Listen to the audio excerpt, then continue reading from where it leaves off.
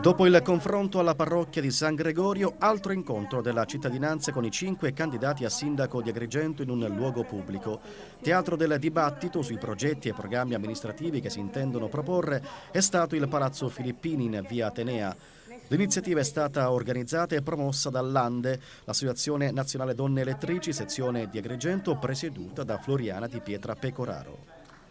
In nuova tornata elettorale non poteva mancare l'incontro tra l'ANDE, che lei presiede, e i candidati a sindaco di Agrigento. È una nostra tradizione, come lei dice bene. Da quando l'associazione è stata fondata ad Agrigento, noi per ogni tornata elettorale, non solo degli enti locali comunali ma anche provinciali, l'ANDE è sempre stata presente. È un momento particolare chiaramente, perché il nostro Paese sta attraversando una gravissima crisi che ricade fortemente sull'amministrazione degli enti locali. E proprio questo è il grande compito che il sindaco eletto andrà ad affrontare.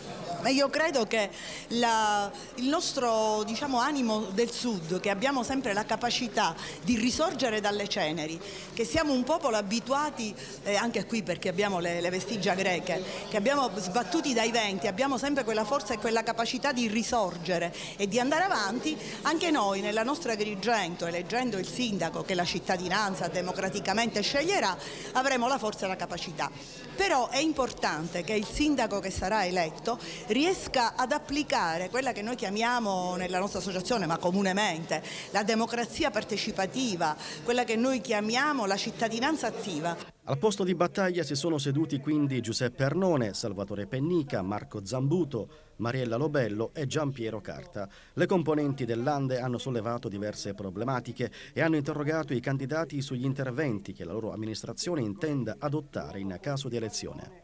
Le donne sono, oltre ad essere le nostre compagne di vita, sono quelle che affrontano maggiormente il peso della gestione delle famiglie, il peso dei figli, e purtroppo i tagli lineari che sono stati effettuati dai governi nazionali e anche regionali per effetto di politiche dissennate precedenti che ci costringono oggi a risparmiare in maniera vertiginosa su tutto, offrono e obbligano purtroppo le donne, soprattutto con la sottrazione al welfare state, quindi agli asili nido, alle politiche di integrazione delle pari opportunità, offrono purtroppo il maggiore sacrificio. Le politiche nazionali si riverberano obbligatoriamente sulle politiche locali, perché il comune, non avendo più quelle risorse sulle quali potrebbe fare affidamento, è costretto a trovare ogni forma di risparmio, e quindi tra tutte le categorie, anche deboli, le donne purtroppo patiscono anch'esse.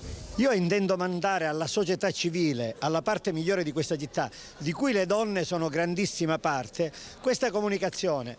Avremo il primo vice sindaco donna che proviene dalla società civile, che non fa parte di nessuna corrente politica e che ha una elevatissima qualificazione professionale, come dire, da fare invidia alla gran parte dei sindaci che questa città ha avuto, se non alla totalità dei sindaci.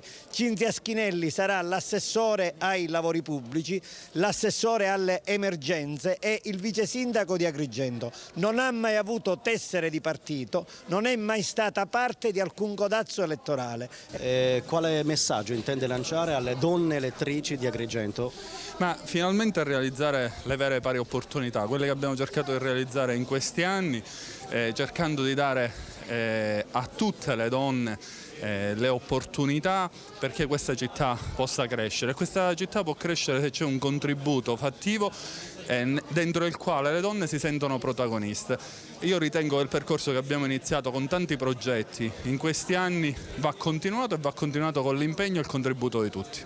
Oggi le donne possono scegliere di realizzare finalmente tutte quelle battaglie che nel corso degli ultimi decenni le hanno viste non impegnate in politica, ma sicuramente tifare per una politica anche al femminile. Oggi dai luoghi decisionali, quindi dai luoghi della politica, ma ai consigli di amministrazione, finalmente è il momento in cui le donne, diciamo così, portate a decidere, possono finalmente realizzare quello che è il punto di vista delle donne, una politica al femminile, una città a misura di cittadino, una città a misura di famiglia. Il messaggio di farsi un'idea attraverso questo confronto, che deve essere pacato, ragionato, propositivo, spero non ci siano insulti e soprattutto spero che sia un confronto che solleciti i candidati a parlare di programmi e di città e dopo di scegliere come sempre hanno fatto, con la sensibilità tipica delle donne e la libertà del loro pensiero. Sono contento che l'Ande mi abbia invitato perché è un'associazione nazionale donne elettrici che si è sempre distinta. Sono contento di questo e sono qui per poter ragionare.